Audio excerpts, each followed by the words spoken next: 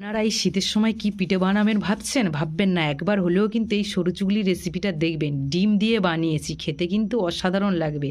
বাড়ি বড় থেকে বাচ্চা থেকে সবাই খেতে পছন্দ করবে। না টেনে একবার পুরো ভিডিওটা দেখবেন, এটা আমি কিভাবে বানিয়েছি, কতটা সহজভাবে বানিয়েছি। পুরো ভিডিওটা দেখার অনুরোধ রইল। নমস্কার বন্ধুরা, রাখির রান্নাঘরে নতুন একটা পর্ব দেখার জন্যে ধন্যবাদ। নিয়েছি আমি আতপ চাল। আতপ চালটা কিন্তু আমি ভোর 5টার সময় ভিজিয়ে দিয়েছিলাম, আর এখন বাজে রাত 7টা। এই আতপ চালটা কিন্তু ফুলে খুব সুন্দরভাবে একদম নরম হয়ে গেছে। এটা খুব সুন্দরভাবে কিন্তু পেস্ট করা যাবে। মিক্সচার মেশিনে কিভাবে পেস্ট করব সেটাও আপনাদের আমি দেখাবো। আর এখানে দেবো ডিম। একবার এরকমই ডিম দিয়ে সরু চুগলি বানিয়ে দেখতে পারেন আপনারা, খেতে কিন্তু অসাধারণ লাগে। এর স্বাদ কিন্তু মুখেই লেগে থাকে, একবার হলেও কিন্তু বানিয়ে দেখতে পারেন। একটা মিক্সচার মেশিনের বাটি, আতপ চালগুলো এইভাবে আমি তুলে দেবো।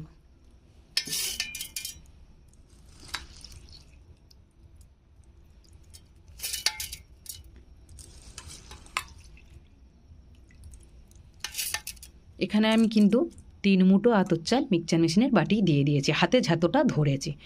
আর কিন্তু এখানে আমি দেবো না, এটা আমি দুবার ধরে পেস্ট করব। একবার দিয়ে দিয়েছি, আর একবার দেবো, দিয়ে পেস্ট করব।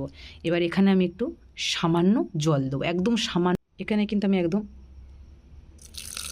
সামান্য জল ব্যবহার করলাম, কারণ এটা ভোর 5টায় থেকে ভিজছে, বেশি জল ব্যবহার করতে লাগবে না। এবার এটা আমি পেস্ট করে নেব।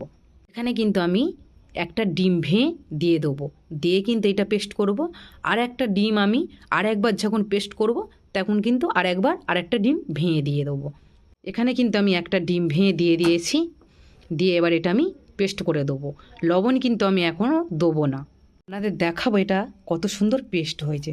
খুব সুন্দর কিন্তু পেস্ট হয়েছে, একটুও কিন্তু কোনো একদম ক্রিমের মতন পেস্ট হয়েছে। এই পেস্টটা কিন্তু আমার মায়েরা কিন্তু ঢেঁকিতে গুঁড়ো কুটে চেলে চেলে নিয়ে একটা জায়গায় কাঁড়ি করতো, প্রচুর পরিশ্রম করে আমাদের পিঠে খাওয়াতো। আর এখন মিক্সচার মেশিন হয়েছে, কিন্তু মিক্সচার মেশিনে অনেকে চাল ভিজিয়ে দিয়ে চালটা আবার শুকিয়ে নিয়ে একটু তারপরে মিক্সচার মেশিনে গুঁড়ো করে করে নিয়ে চেলে চেলে একটা জায়গায় কাঁড়ি করে। ওটা না করে এইভাবে একবার পেস্ট করে দেখবেন, খুব সহজভাবে খুব সুন্দরভাবে পেস্ট হয়ে যাবে। একবারের জায়গায় চালটা একটু দুবার ধরে দেবেন, 3বার ধরে দেবেন, দিয়ে পেস্ট করে নেবেন। না, একটা কাজ করবেন আপনারা, একবার অল্প দিয়ে পেস্ট করে নেবেন, নিয়ে দেখে ফের সেই পেস্টটার উপরে ফের অল্প চালটা দিয়ে দেবে, দিয়ে এরকম অল্প অল্প করে দিয়ে দিয়ে পেস্টটা করে নেবে। অনেকটা খুব সুন্দরভাবে এরকমই ক্রিমের মতন পেস্ট হবে, অত পরিশ্রম করতে লাগবে না। আর শুকনো চাল যদি মিক্সচার মেশিনে দিয়ে যদি গুঁড়ো করা যায়, মিক্সচার মেশিন খারাপও হয়ে যেতে পারে। এটা আমি পুরো রেডি করে নিয়েছি, এটা আমি ঢেলে নেবো এবার একটা গামলার মধ্যে আমি ঢেলে নিয়েছি। এবার এখানে আমি এই মিক্সচার মেশিনের মধ্যে যতটা লেগেছিল পেস্টটা, এইটা দিয়ে একটু উষ্ণ গরম জল এইটার মধ্যে আমি দিয়েছি, দিয়ে একটু নেড়ে নিয়েছি। এবার এই জলটা আমি গামলার মধ্যে ঢেলে দেবো, তাহলে আমার একটুও কিন্তু এখানে চালের পেস্টটা নষ্ট হলো না। এখানে আমি কিন্তু জলটা অল্প অল্প করে দেবো আর একটু করে নেড়ে নেবো। এখানে জল লাগবে, তবু আমি এখানে অল্প অল্প করে দেবো আর নেড়ে নেবো। এখানে কিন্তু উষ্ণ গরম জল লাগবে, যেরকমই একটা হাত উষ্ণ গরম জলের মধ্যে রাখা যাবে সেরকমই কিন্তু গরম জলটা নিতে হবে। খুব বেশি গরম জল করবে না, তাহলে পিঠেগুলো কিন্তু উঠবে না। উষ্ণ গরম জলটা এখানে একদম হাত ছোঁয়ার মতন গরম জলটা লাগবে। ভালো করে ফেটে নিয়েছি, এবার এখানে আমার কিন্তু পুরো জলটা লেগে যাবে। মিক্সচার মেশিনে আমি যতটা জল কিন্তু এখানে নিয়েছিলাম মিক্সচার মেশিনের মধ্যে, সেই জলটা কিন্তু পুরোটাই আমার এখানে লেগে গেছে। এবার এখানে আমি লবণ দেবো, ভালো করে ফেটে নিয়েছি। এবার এখানে আমি লবণ ব্যবহার করব, 1 চামচ লবণ, পুরো ফুল 1 চামচ মতো আমি লবণ দিয়েছি, আর একটু সামান্য দেবো, দিয়ে আমি ভালো করে ফেটে নেব।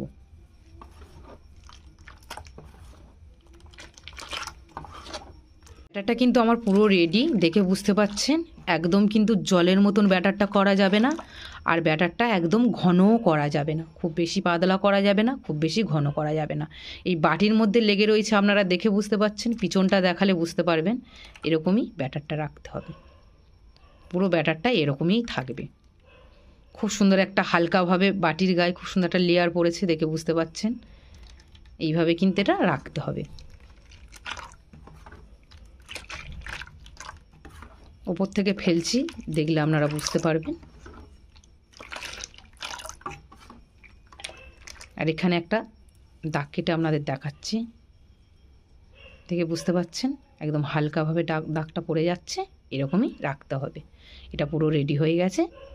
আমি একটা কড়া বসিয়ে দিয়েছি, এবার কড়ার মধ্যে আমি তেল লাগিয়ে দেবো এইভাবে। এখানে আমি একটা কলার ডেগো কেটে নিয়েছি, কলার ডেগো দিয়ে আমি তেল এইভাবে একটু কড়ার গায়ে ঘষে নেব। আপনারা চাইলে এখানে কিন্তু তুলি ব্যবহার করতে পারেন। আমরা তো দেশে থাকি, আমাদের কাছে এটা কিন্তু তুলির কাজ ভালোই করে, তুলির থেকে আশা করি ভালোই কাজ করে। এই ডেগো দিয়ে আমাদের দেশেতে বেশিরভাগ লোক, কি সব লোক এইভাবেই পিঠে বানায়। এই ডেগো দিয়ে খুব সুন্দরভাবে কিন্তু পিঠে হয়, আর খুব সুন্দরভাবে তেলও খুব সুন্দর ঘষা যায় কড়ার গায়ে। আপনারা একবার হলেও কিন্তু ছাদের কাছে, বাড়ির কাছে কলা গাছ আছে, একবার হলেও এরকম ডেগো কেটে তেল কড়ার গায়ে ঘষে দেখবেন, খুব সুন্দর কিন্তু ঘষা হয় কড়ার গায়ে, আর খুব সুন্দর পিঠে ওঠে। আর গ্যাসটা কিন্তু, পিঠেটা যতক্ষণ না হবে না ততক্ষণ কিন্তু গ্যাসটা একদম নর্মালে থাকবে, শুরুই থেকে লাস্ট পর্যন্ত নর্মালে থাকবে গ্যাসটা, একদম জোরে দেওয়া যাবে না। আর ব্যাটারটা এখানে যতবার দেবে ততবার কিন্তু এখানে ফেটে নিতে হবে। আমি ভালো করে ফেটে নিয়েছি ব্যাটারটা, এবার এখানে আমি অল্প অল্প করে দেবো। এখানে আমি একদম অল্প অল্প করে দেবো।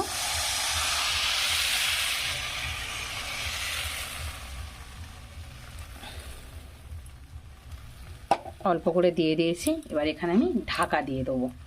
একটা থালা আমি এখানে ঢাকা দিয়ে দেবো,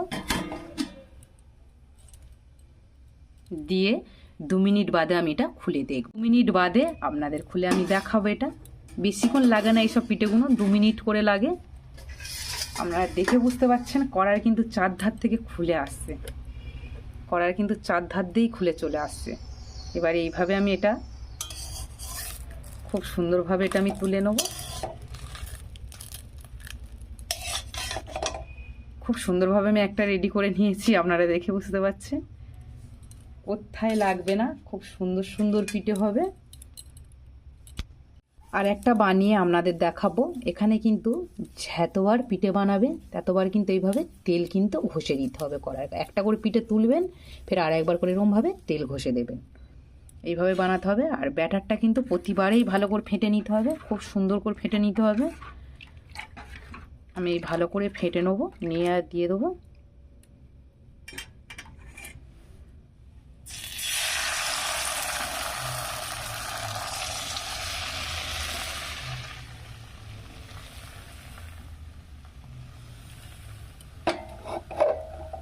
নেড়ে দিয়েছি, এবার আমি ঢাকা দিয়ে দেবো। একদম অনেক বড় বড় পিঠেগুলো কিন্তু হয়ে যাচ্ছে। ঢাকাটা খুলে নেব আস্তে করে, ঢাকা খুলে নিয়েছি, চারধার দিয়ে সব ছেড়েই যাচ্ছে। খুব সুন্দরভাবে আর একটা কিন্তু পিঠে রেডি হয়ে গেল। এইভাবে কিন্তু একবার হলেও বানিয়ে দেখবেন, খুব সুন্দর পিঠে উঠে আসবে, আর খুব সুন্দর কিন্তু নরম তুলতুলে হয়। ডিম দিয়ে বানালে কিন্তু খুব সুন্দর নরম হয় একদম। আপনারা যদি 2 দিন যদি এমনি ফেলে রাখেন এই ঠান্ডার সময়, পিঠে খুব সুন্দর কিন্তু এটা নরম থাকবে, কোনো শক্ত হবে না, খুব সুন্দর এই পিঠেগুলো হয়। এখানে আমি আর একটা তুলে নেব। খুব তাড়াতাড়ি পিঠেগুলো কিন্তু হয়ে যায়, খুব সুন্দরভাবে হয়ে যাচ্ছে। আর খোলার সঙ্গে সঙ্গে চারধার দিয়ে এইভাবে ছেড়ে যাচ্ছে, খুব সুন্দরভাবে ছেড়ে যাচ্ছে।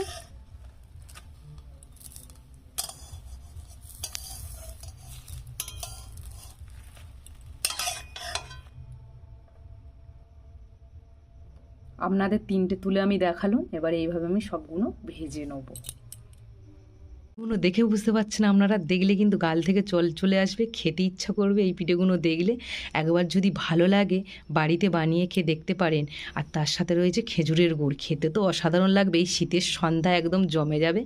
ভালো লাগলে বন্ধুবান্ধব সবার সাথে শেয়ার করার অনুরোধ রইল। আপনারা পারলে একটা লাইক করবেন, কমেন্ট করতে কেউ ভুলবেন না। একবার হলেও বানিয়ে খেয়ে আমাকে কমেন্ট করে জানাবেন।